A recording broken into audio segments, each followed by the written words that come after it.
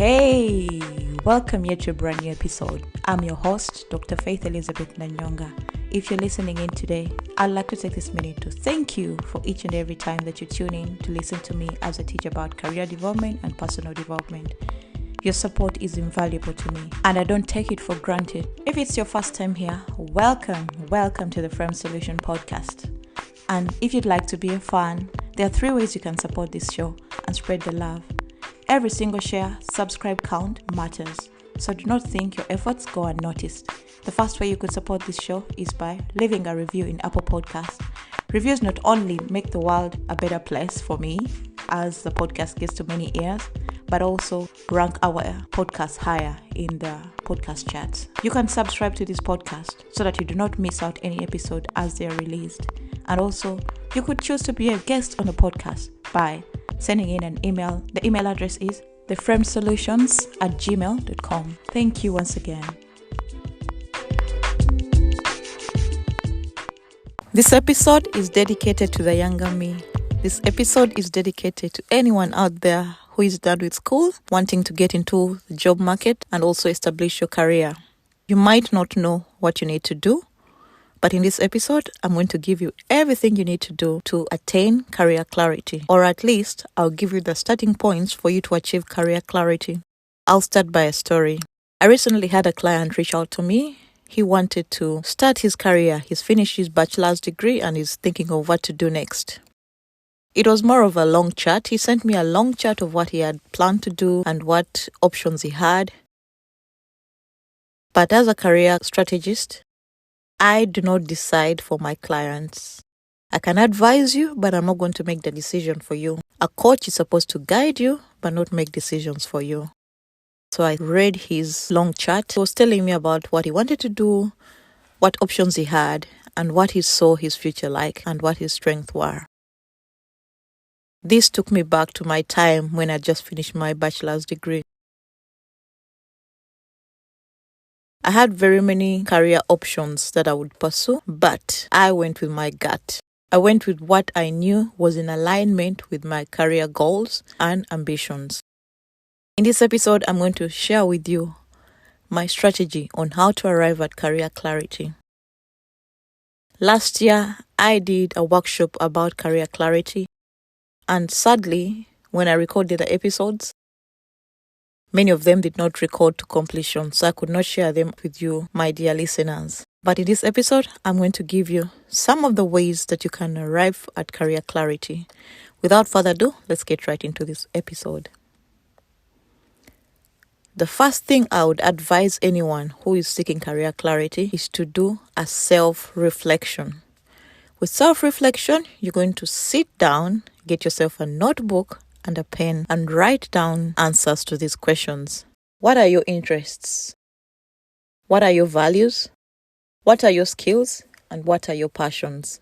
So you're going to write down, my values are, list them. My interests are, list them. My skills are, and make a list of that. Also look at activities that energize you. What do you enjoy to do? What is something that you do that doesn't feel like work?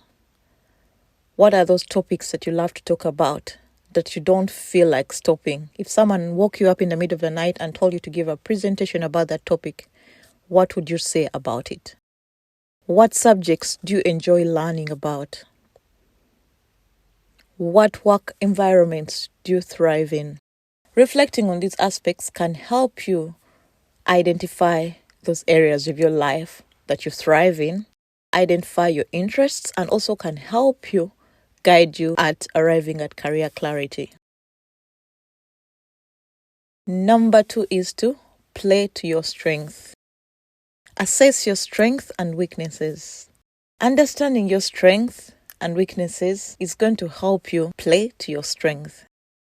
For instance, you are a computer scientist, but you find coding very easy for you, while on the other hand, you find mathematics very hard for you. So what career would you go for? You'd go with one that is easier for you. Easier doesn't mean it's not going to be challenging. Easier means that you're going to thrive better in that career option that you've chosen. Recognize what you excel at and recognize areas of your career that need improvement.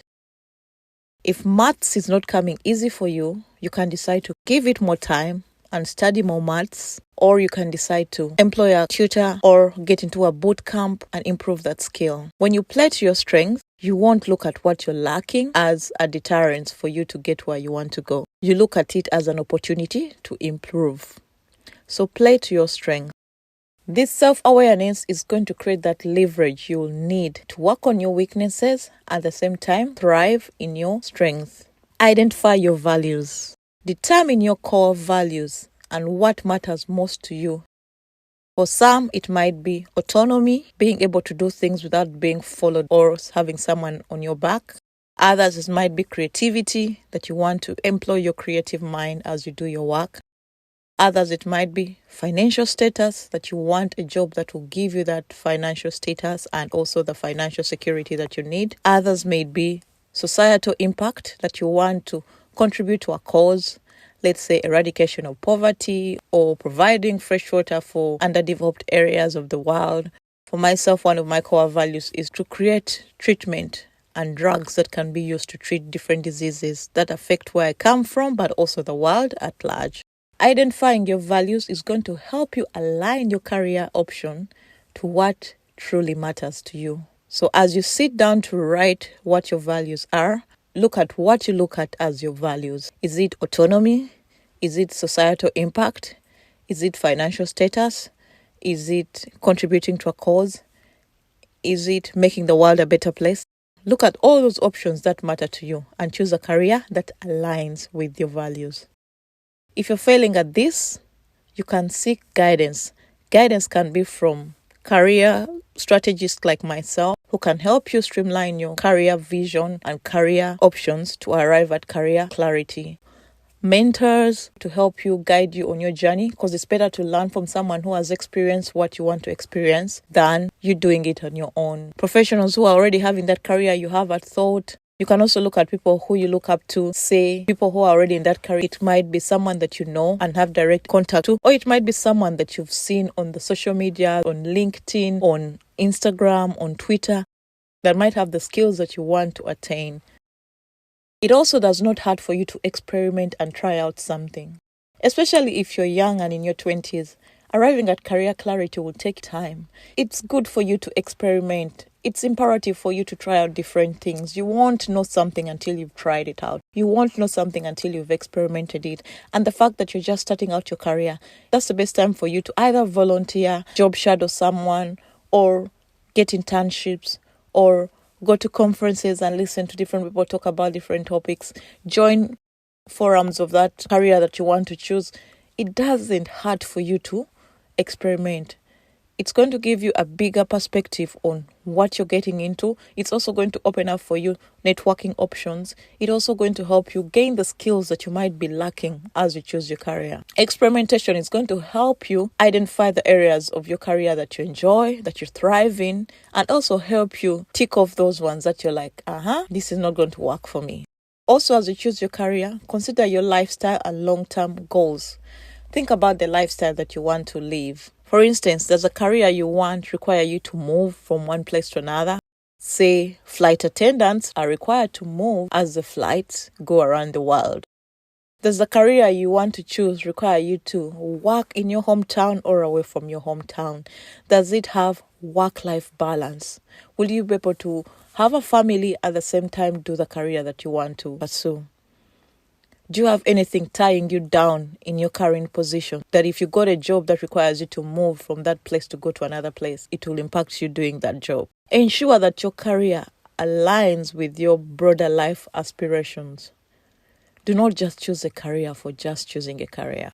I can talk about all the things that you need to consider as you start your career, but the ultimate thing is for you to take action.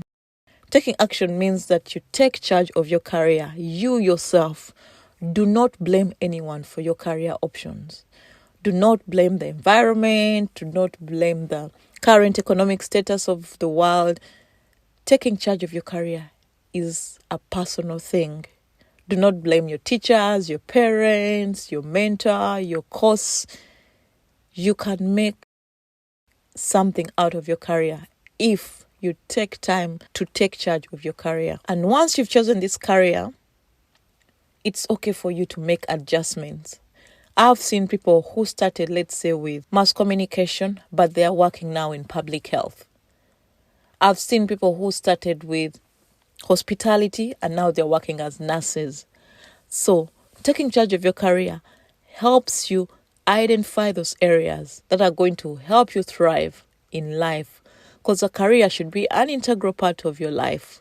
It should not take away from the life that you want to live. Remember that finding career clarity will take you time to discover the right career path. So go out there and experiment with different options of your career. Create a network of people that you can rely on. Consult a career strategist. And also know that each step that you take towards the career you want is not a wasted step. Some of the lessons you'll learn on your career will help you in the roles that you're going to have in the future.